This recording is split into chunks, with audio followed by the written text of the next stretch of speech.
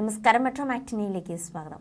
മലയാള സിനിമയിൽ casting couch അടക്കം ലൈംഗിക ചൂഷണങ്ങൾ ഉണ്ടെന്ന് ഞെട്ടിപ്പിക്കുന്ന വെളിപ്പെടുത്തലുകൾ അടങ്ങിയ ഹേമ കമ്മിറ്റി റിപ്പോർട്ട് സർക്കാർ പുറത്തുവിട്ടത്. 4 വർഷത്തെ നിയമ പോരാട്ടങ്ങൾക്കൊടുവിലാണ് മലയാള സിനിമയെ ഞെട്ടിക്കുന്ന ഹേമ കമ്മിറ്റി റിപ്പോർട്ട് വെളിച്ചം കണ്ടത്. എന്നാൽ ഇനി ഇത് സംബന്ധിച്ച നിയമയുദ്ധങ്ങൾ അടുത്ത ഘട്ടത്തിലേക്ക് കടന്നേക്കാമെന്നാണ് നിയമവൃത്തങ്ങൾ തന്നെ സൂചിപ്പിക്കുന്നത്. 3 സാധ്യതകളാണ് നിലനിൽക്കുന്നത്. ഇപ്പോൾ പുറത്തുവന്ന റിപ്പോർട്ടിന് കാരണമായ മൊഴികൾ പുറത്തുവിടണം എന്ന ആവശ്യവുമായി ആരെങ്കിലും കോടതിയെ സമീപിക്കാനുള്ള സാധ്യതയാണോ ഒന്ന്. റിപ്പോർട്ടിൽ പല കുറ്റകൃത്യങ്ങളെക്കുറിച്ചും സൂചനകൾ നിലനിൽക്കുന്ന സാഹചര്യത്തിൽ അതൊരു അന്വേഷണം ആവശ്യപ്പെടാനുള്ള സാധ്യതയാണ് മറ്റൊന്ന്.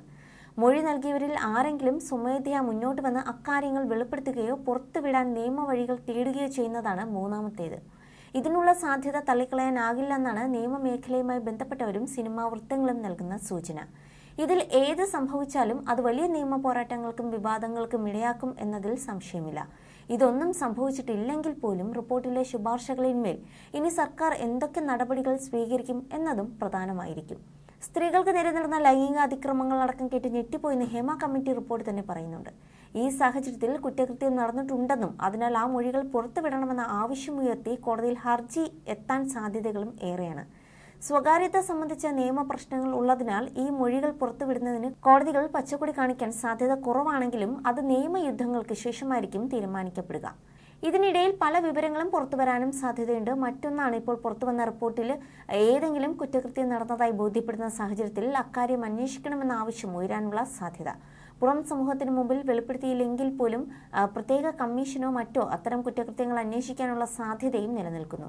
ഹേമ കമ്മിറ്റി റിപ്പോർട്ട് പുറത്തുവിടുന്നതിനെതിരെ ഏറ്റവും ഒടുവിൽ കോടതിയെ സമീപിച്ച നടി രഞ്ജിനി ഉൾപ്പെടെ 42 പേരാണ് താൻ റിപ്പോർട്ട് പുറത്തുവിടുന്നതിന് എതിരല്ല, എന്നാൽ എന്താണ് റിപ്പോർട്ടിലെ ഉള്ളടക്കം എന്നറിയേണ്ടതുണ്ട് എന്നായിരുന്നു അവരുടെ ആവശ്യം. അതറിയുന്നതുവരെ റിപ്പോർട്ട് പുറത്തുവിടാനുള്ള സിംഗിൾ ബെഞ്ച് ഉത്തരവും വിവരാവകാശ കമ്മീഷന്റെ ഉത്തരവും സ്റ്റേ ചെയ്യണമെന്നാണ് അവർ ആവശ്യപ്പെട്ടത്.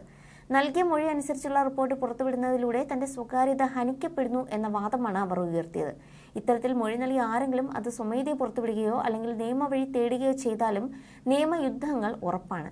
ഇത് പല വിധത്തിൽ സിനിമാ മേഖലയിൽ തർക്കങ്ങളും ചേരിതിരിവുകളും ഉണ്ടാക്കാൻ സാധ്യതയുണ്ട്. ആളുകളെ തിരിച്ചറിയുന്നതടക്കമുള്ള എല്ലാ കാര്യങ്ങളും നീക്കം ചെയ്ത ശേഷമാണ് റിപ്പോർട്ട് പുറത്തുവിടുന്നത് എന്ന കാര്യം വ്യക്തമാക്കിയിട്ടും അതിനെതിരെ ഇതുവരെ നടന്ന നിയമ പോരാട്ടങ്ങൾ മേൽപ്പറഞ്ഞ സാധ്യതകൾക്കും ആക്കം കൂട്ടുന്നതാണ്. You're watching me on metromatney.com. You're watching me On metromatney.com. on metromatney.com.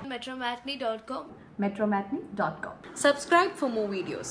Subscribe for more videos. Subscribe here for more videos. Subscribe now. Thank you.